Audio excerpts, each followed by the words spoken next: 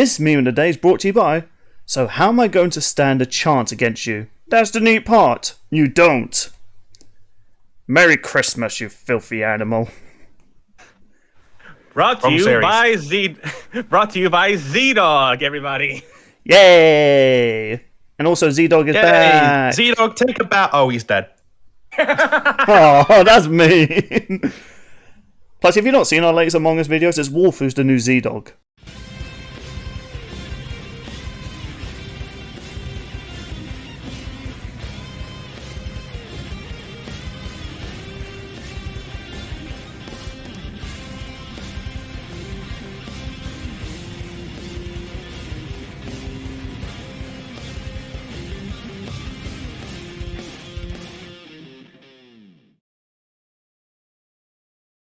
Hello ladies and gentlemen, and welcome to the latest episode of Lads Discuss Death Battle. I never thought I'd say this, but be warned, we're going to be showing some images that may be disheartening and disturbing to some viewers. I am Billy Bobby, joined with me is your only mate. Hi. And joined with me is also Sean. Hello. I'll be honest, I wanted Coco when I saw the preview for this episode. It was a jaw-dropping episode, to be honest. Oof. You should eat your heart out for that. Hey, we all get a pun. We did a good intro, everybody. Cue the banner. So, Omni-Man versus Homelander. Yeah, so, big shocker to us all. Homelander won. I'm just kidding. No, he got fucked. Yeah, Homelander got fucked up. Okay. Like, Jesus Christ. You know, some people theorize this is just another spy episode similar to Deadpool vs. The Mask, and honestly, I can kind of agree. I don't think this was spite at all, considering they gave him more advantages than Deadpool. That's true. Yeah, also, they weren't like advertising this matchup as "Let's kill Homelander."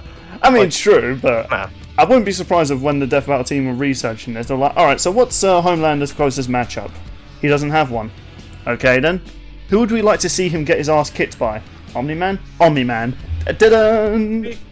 Speaking of researchers, can we give a congratulations to our boy Speedy for getting his first win in his new career? Hey. Yeah, well done, Speedy. You sped your way into the top tier Death Battle researchers. Next to Billy. What? Hey, you don't know what I do behind the scenes. Oh my God. I'm pretty sure there isn't a researcher called Billy. Not yet. So anyway, Omni-Man versus Homelander. So, when this was announced, most people were kind of disappointed it wasn't Lane Goku number 5 versus Omni-Man.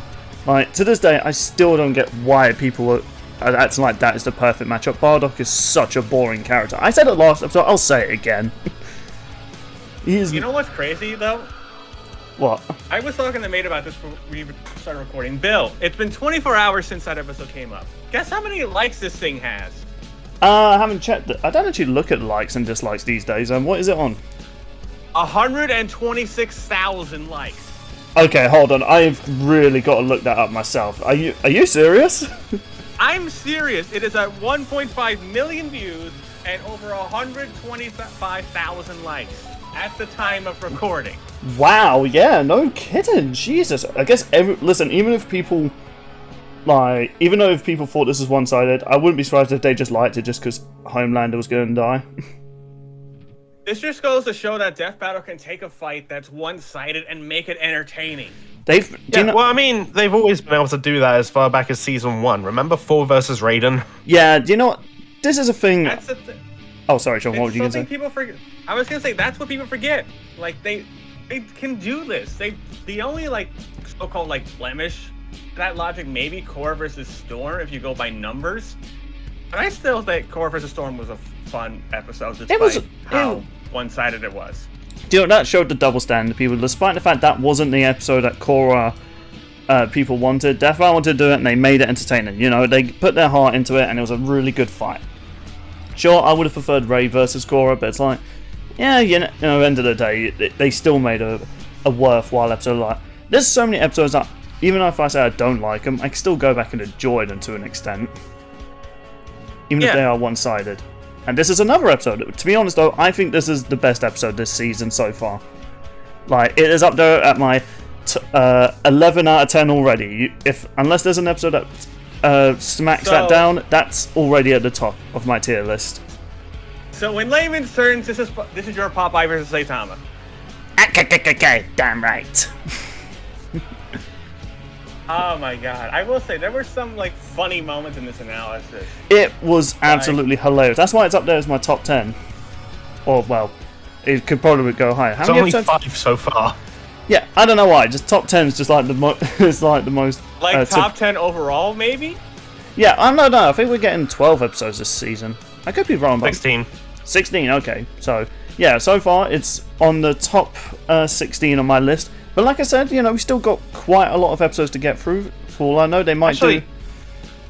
Actually, no, that being said, like, we're already 5 episodes in, and there's only, like, 2 episodes that haven't been announced yet for this half. Yeah. Man, where did the time go? Do you know it's over there. In saying that, though, you know, if they do a certain Henry Stickmin character versus a DuckTales character, who knows, that might take its place. But until then, what do you guys think about the humor in this episode? Because I thought they actually nailed it with both the humor and animation. Dude, like, I'm looking at his analysis real quick for Omni-Man in his background. They really went there with this meme. Really wants his son to think as part of his background. That made me laugh. And in his powers and ability, a styling mustache. A bitchin' mustache. Dude, like, I wish I can grow a mustache like Omni-Man, but I get, like, the full facial hair thing. Yeah, Also, that zing with, he's even got that mustache. He's not afraid to hide with CGI. Do you know what? That cracked me up so much. I had to cover my mouth, so I was on the bus again watching it. And do you know what? The thing that I love about this is that Warner Bros. Still owns Rooster Teeth. So Warner Bros. Are really okay with watching it. I'd be like, yeah, we done fucked up on that one. We really shouldn't have gotten the guy from the Avengers films. No, there's even, like, in Mars vs. Static, during the beginning of Static's analysis, they were just like, Static said it was time to bail, just like DC Comics on their cinematic universe. Ouch. Alright, mate, we get it. They also made a debunk joke in this episode, because why not? And Wiz just caught on fire. Yeah. That's what you call a hot take. Someone needs to do a montage of just Boomstick and Wiz getting hurt as they're explaining stuff. Like, who's been hurt the most? Yeah, probably Wiz. Well, Wiz has also died the most. I mean, yeah, but, you know, death can be, you know, painless. That took a dark turn. Anyway, speaking of dark, I want to ask you guys this, because not many of you have watched Invincible or read the comics, right? What did you think of learning about Omni-Man, for instance? It was cool to see, like, someone who's like, I want to conquer the world, and then slowly, like, get turned human because of, like, words from his son. Like, they definitely tried to make it seem like Omni-Man's getting redeemed as the series is going on. I have heard, like, what happens, like, later on, but I won't say because spoilers or anything. Yeah, I really love the fact this episode didn't spoil, like, the fate of a lot of these characters, well, except for, you know, the Guardians of the Globe. But let's be real here. I feel like if you know of Omni-Man, Isn't that, like, the first episode? Yeah. Hang on. I mean, there's a Black Barney analysis that addresses the spoiler thing, if I can read that real quick. It says, quote, this analysis will examine both the comics of Invincible and The Boys, but will avoid going into specific detail regarding spoilers past the shows as much as possible. Which I can appreciate, because it's always rough if you're not familiar with the series and you want to start getting into it, and then it's like, oh, spoiler alert, Omni-Man once fucked a bug. I kid you not. Fucking. I kid you not. Great segue, Sean.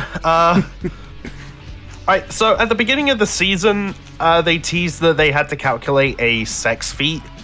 Didn't expect it to be in this episode. Yeah, I don't think anyone expected it to be Homelander. Well, I did. I was You said nothing. No, I was hoping That's they'd bring it up.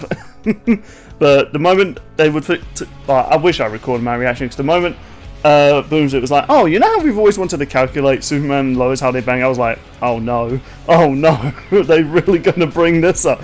It's disturbing as well. It's like, I didn't think they were even going to show him, spuging. But no, they showed it. I was like, oh my fucking... Again, people, viewer discretion is definitely advised. Not both the fight, but also the analysis. And they showed in the TV show when he's jerking off on the rooftop. Like, Jesus, why? Why, Jesus, did you give us so much power? I think the better question is, why did the writers think that was a good idea in the comic books? To show how powerful Homelander is? So he can bust a nut at the speed of sound that is more powerful than a shotgun. I love how Boomstick just says that and just goes, well, good night, everyone. I'll be honest, I didn't think they were going to bring up... Because honestly, that is not important to the analysis, so I really thought... there's no reason bringing up that one comic issue, because it's not important. Homelander's done way more impressive things than that, but... They thought... Like, compared to the things they showed beforehand... They just thought, alright, for the shits and giggles, let's show how much spunk it takes to explode a human from Homelander.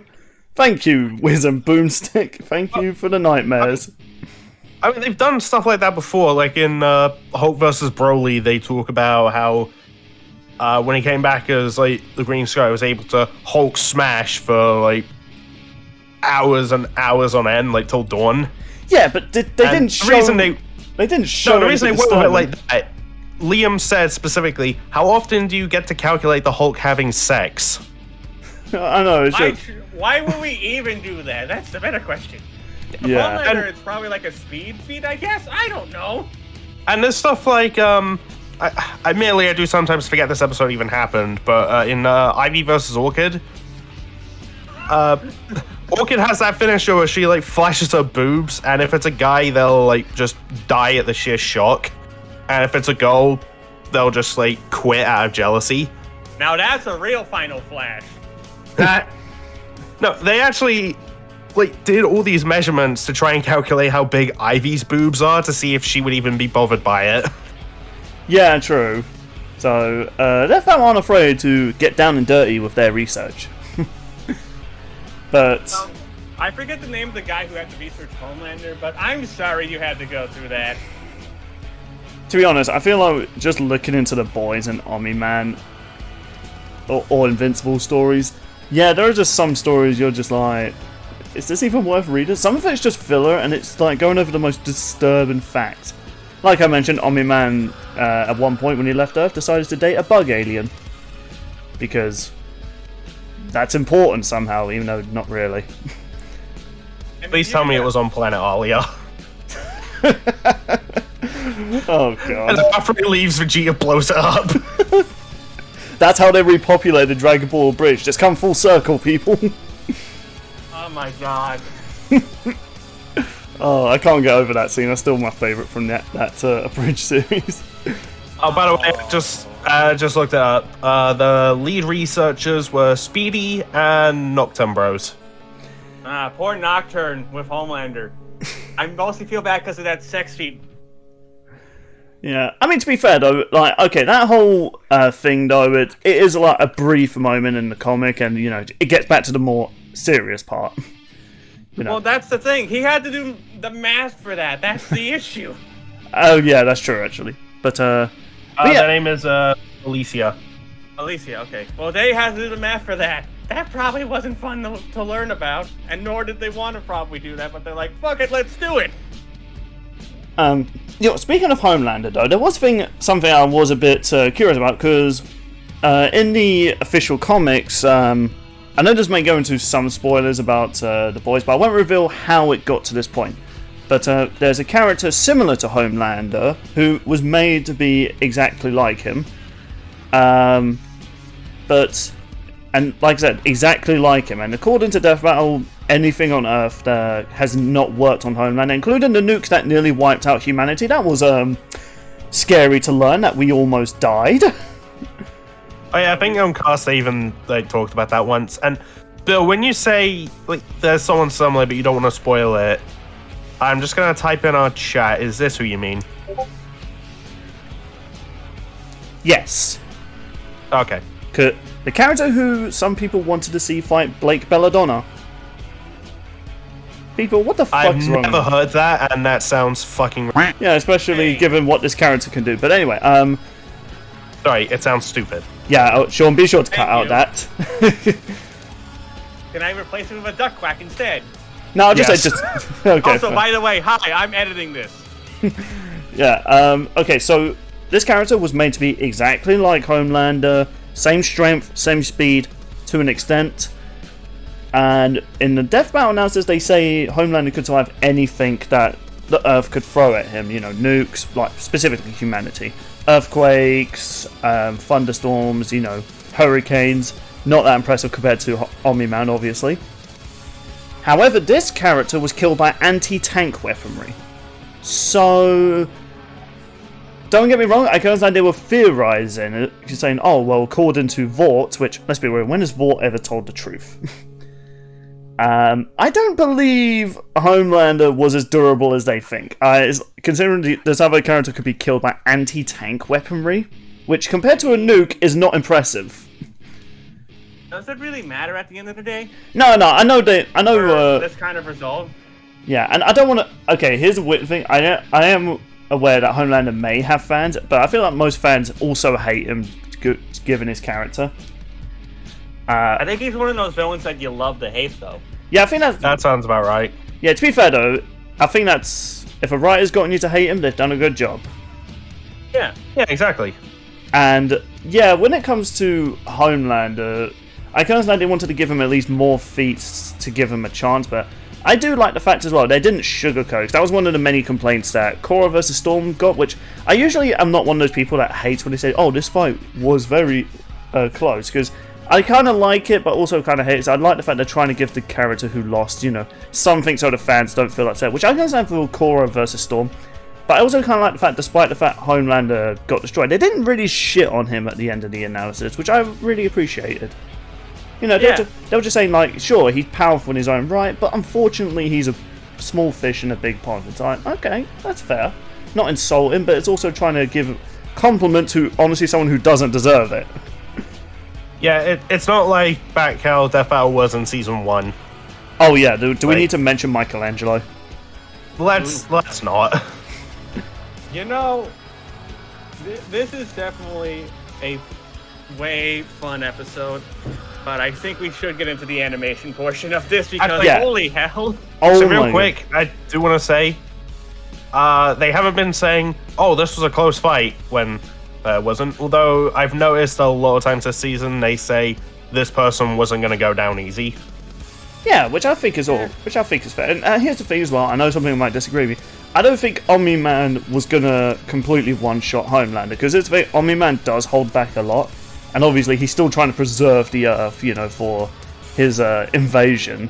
So I feel like if he did go all out on Homelander, then, well, goodbye Earth. Yeah, and they did give Homelander like a couple things, like how he could disrupt Omni-Man's like flight ability and whatnot.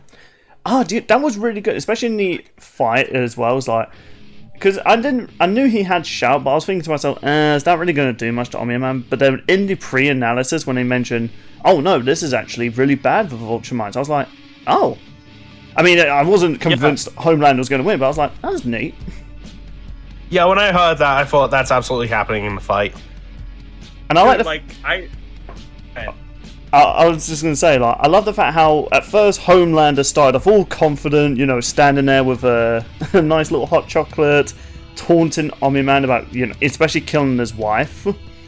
And then he gets less and less confident as the fight's going on. Like, the moment his nose breaks, he's just crying out, "Stop it!" like a little baby. It's like, that is Homelander. It's like really good. And I also like I didn't know about this. He's voiced by a YouTuber I watch, Young Yi, who does game reviews and news. Yeah, who also voiced Homelander in the 7 Battle Royale. Wasn't he also Sanji? Was he? Wait, was he Sanji? Hang on. I think he was. Maybe he was.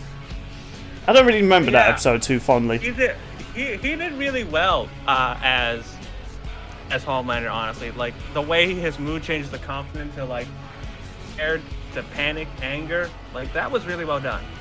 Yeah, and I also like the fact. Oh yeah, he did voice Sanji. Yeah. Okay. So, well, he's becoming the new Nick. He's I mean, unless you count the battle royale. You say that Sanji won. Did he? Oh yeah, he did. Yes. Oh my goodness. Do you want, man? I need to go back and watch that episode. Do you want? That was an episode that I've. Also, we say Nick. Nick has had a few wins. Yeah, I mean, yeah, but when of returning Danny, actors, Danny, Broly, and Madara. Yeah, true, but you know, this is. I was mostly referencing like, you know, he was going to become a new Nick, but man, I need to go back and watch Broccoli vs Sanji. Oh man, that episode did not leave an impact on me, and I'm very sad to say that. So I don't like crapping on other people's episodes. You should go back and get a kick out of it. Eh. I see you're on a rock and roll with these. God What can I damn say? it. I opened the gate. Stop it! All right, okay, we're getting burnt out with these puns. I got the last laugh, so back to the episode. Oh, did he? Okay, yeah. So anyway, so as the fight was going on, I was curious. Okay, for a while, I really thought we were gonna get the moment he said, Omni-Man said to Homelander, "I'm gonna feed your own heart." I was thinking, is this gonna be another foreshadow in a fight where he's literally gonna force the heart down his throat? And Sean, if you put the image on screen, yes, he did. Yes, he did, but not before doing something else. Yeah, and I actually want to point out that moment you see Homelander's face right before his head gets squished. There's a tear in his eye. Oh my god, I was gonna say, did you notice that? Yeah, and like after his jaw gets ripped off, like the sounds that Yonggi was making, it's just like he's crying here. Oh yeah. Don't get me wrong, Homelander's a piece of shit. I mean, I don't feel bad for the guy because, well, Homelander's a monster, but Yeah, but I wouldn't. Jesus. Even I wouldn't wish that on him. But I don't think you would wish anyone to fight Omni-Man at this point. that's true. Oh, Omni-Man, he was such a freaking beast in the roasting department in this. Like, despite the fact Homelander's one with the heat vision, nah, let's be real here. Omni-Man left of more severe burns. Yeah, I mean, when the first punch like gets thrown, this fight is mostly just Omni-Man dominating. Yeah, but I like the fact they did show Omni-Man did get surprised at like Homelander's like powers and stuff like that. Like, I mean, obviously in the comics they mention he's fought characters like this, but it still surprised him because he's not really fought someone on Earth that's this crazy as well as you know, has similar powers to him. Obviously he didn't flinch, which is in character, which I liked, but he didn't look like he was just completely humiliating him all the time. There was moments he was like, whoa, okay, he got a hit on me, or even when he blew up the plane, which I like the fact how they reference both their messed up moments where, you know, Omni-Man was just going to let innocent pilots crash into him, but then Homelander's just like, nah, I'll kill them for you. And he's just like, whoa, I didn't see that coming. Yeah, that was a clever way of using them. Yeah. Yeah. I was about Also, to mention... also going back to the whole like Homelander making Omni-Man bleed, I have a slight joke for that because we were bringing up Korra vs. Storm a couple times. Oh yeah? At least Homelander made Omni-Man bleed. Oh, come on, mate. Like, damn. Ouch. Korra fans have suffered enough, alright? I'm sorry, I saw. You're not sorry! Okay, what was it I said? Omni-Man left the severe burns? No, your animate came in at the end. Like, I'm just picturing him as one of the people in the crowd that just watched the aftermath. He's like, at least he made him bleed. I mean, it's something. We say that Korra got more hits in, and I feel like she put up more of a fight than Homelander did. Oh like- my god. Yeah, I think like, all the core fans are gonna need some burn heals. Just saying. I just said she put up more of a fight than Homelander did. Mate, there's They no still need salvaging some. this. No They still salvaging need a this. couple. But anyway, if we're talking about roasting though, one, Omni-Man's eyes got melted. Like, okay, people are saying, oh no, but he opened his eyes. No, his eyes healed. Like, Omni-Man legit lost his eyes, and he still knew where to shove the heart. Like, holy crap. And in the last shot, his ears are still bleeding. Yeah, so he didn't even hear the heartbeat either. I mean, they probably healed, just like his eyes, but That I even like the fact you can see that his eyes are still suffering though, even though they've just healed. Like the skin on like his eyelids is like he's not going to be able to blink for a while. Oh god, what was that? I think it was like a reference to like his fight with Immortal. Ah, yes, that's true. Yeah, nice little reference. And it ended the same way. Yeah, and Omni-Man is just like Merry Christmas, casually flies away. Yeah, and do you know what I liked as well? Like when Homelander was punching Omni-Man, and Omni-Man's just like, have you ever? Do you know what it's like to be hit by someone your own strength? You got to turn with the punch. It just gives him a little jab to his nose, like barely any effort, like doing a proper punch. He's just like better. Like damn, man. No, this whole fight, Homelander was just Omni-Man's bitch. Oh, at the moment. Can we also? Oh, no, you go ahead. I've had my moment. Can we just also say that Tom was fantastic as Omni-Man? He was great. Definitely. For a moment, I really thought they got J.K. Simmons to sneak his way into the role. Dude, it's like he evolved from Kool-Aid Man into Geo, and now Oh my Omni-Man. god, he did! Oh my god, that's just funny to think about. Dude, give this guy a video game character, and he's got 4 out of like however many medias at this point. Oh yeah. And you know, I'm probably thinking it's a different actor, but isn't he also the same guy that voices Vax in Vox Machina? I can double check for you, but 'Cause I do not believe so. when I you think Vax is by the original character. Because I swear, like whenever I watched Vox Machina, and I couldn't help but hear Dio in that voice he gave. It could just be similar sounding actors, but that would be amazing. Although, another roast I do need to acknowledge, which is my favourite one. Homelander's freaking out because everyone sees there's blood in his hands after killing those civilians. And Omni-Man just goes, "Oh, what's wrong? You're gonna cry?" Like, fucking hell. But without looking like he took any damage from that fall. like Omni-Man is one of the greatest villains in comic books.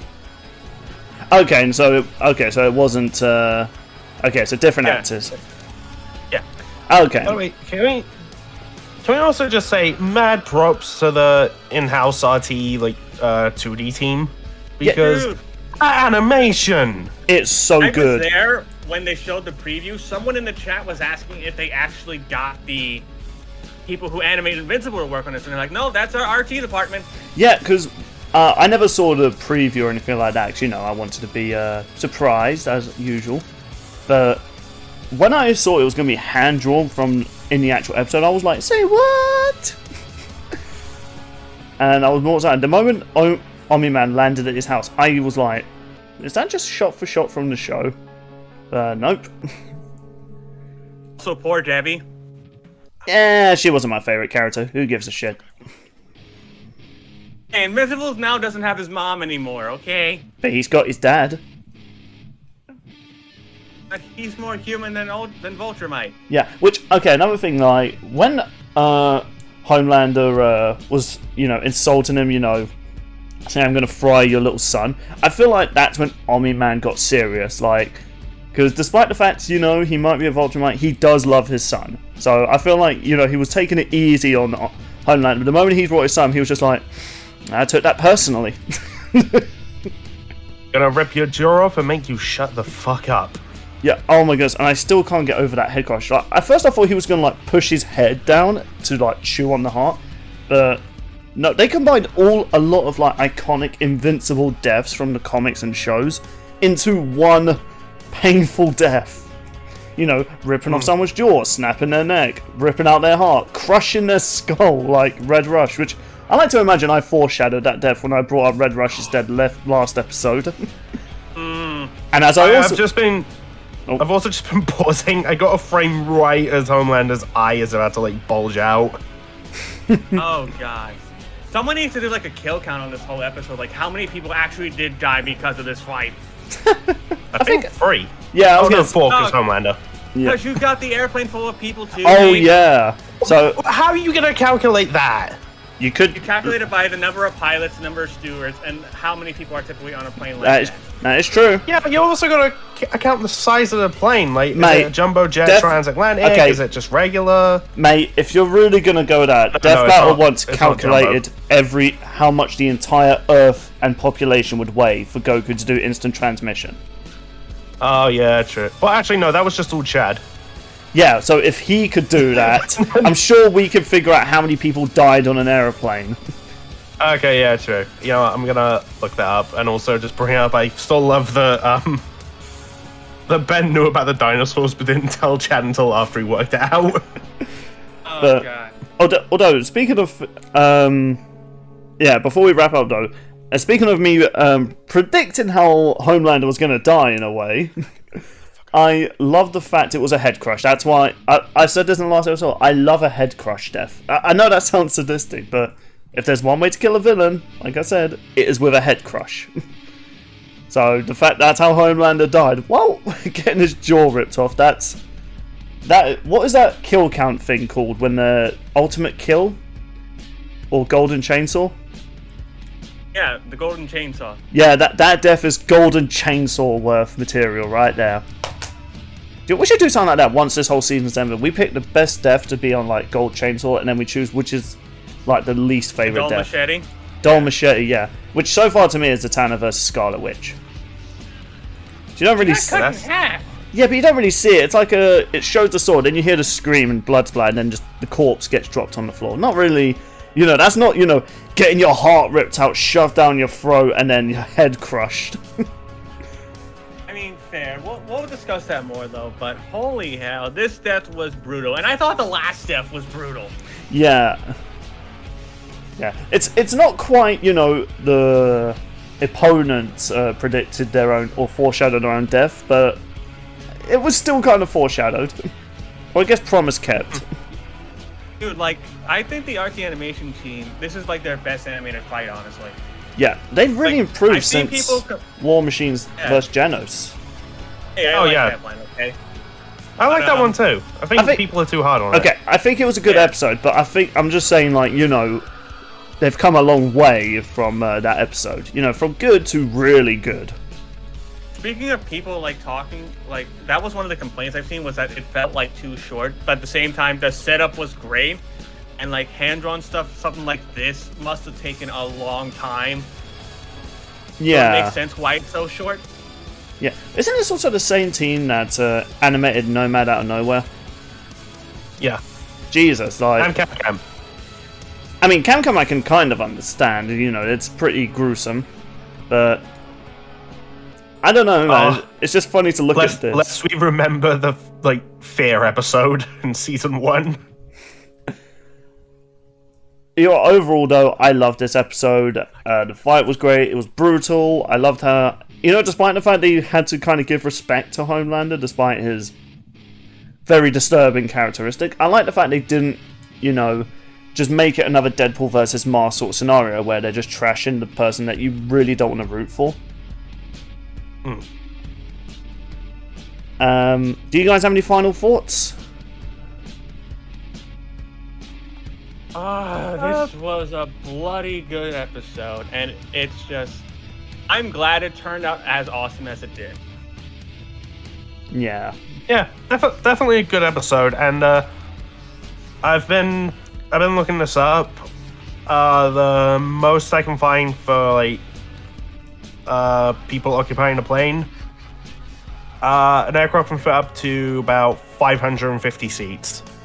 Oof. Yeah, that's a... But there are also some that can accommodate up to over 800 passengers. Man, so even the most minimal... It's still quite a lot of people dying. So... Also... It was caused by both... Actually, I think the casualties was mostly Homelander. I don't think Omni-Man actually... No, it's all Homelander. Yeah, which is kind of funny, given the fact, in one episode of Invincible, Omni-Man was responsible for a lot of deaths. Yeah, also remember the houses that they smashed through. True. People might have died in that. And that was Homelander pushing Omni-Man through them. True. Yeah. A lot of death. A lot of death in this battle. I tell you what, I know we usually try and mostly just talk about the episode and we mix in if we have any complaints, but did you guys have any minor or major complaints with this episode? Because to me, I don't have any. I feel like maybe it could have benefited with like a little bit more scenes with like Homelander having a bit of an upper hand, because there was like 2, and the rest of it was just Omni-Man dominating. I don't know. I feel like they did well to balance out who had the upper hand for most of it. It's mostly near the ending as well. That's when it was like Homelander was doing a bit more damage, but then Omni-Man, did the comeback. Yeah, but it seems like he really just like let that happen. Like he wasn't fazed by anything that Homelander did, except for the shout. Yeah, and to be fair, the laser eyes did look like they were hurting him. I mean, to be fair, even for Vulture-Mite, I think even having your eyes being burnt by the solar energy is like, yeah, that's gonna hurt.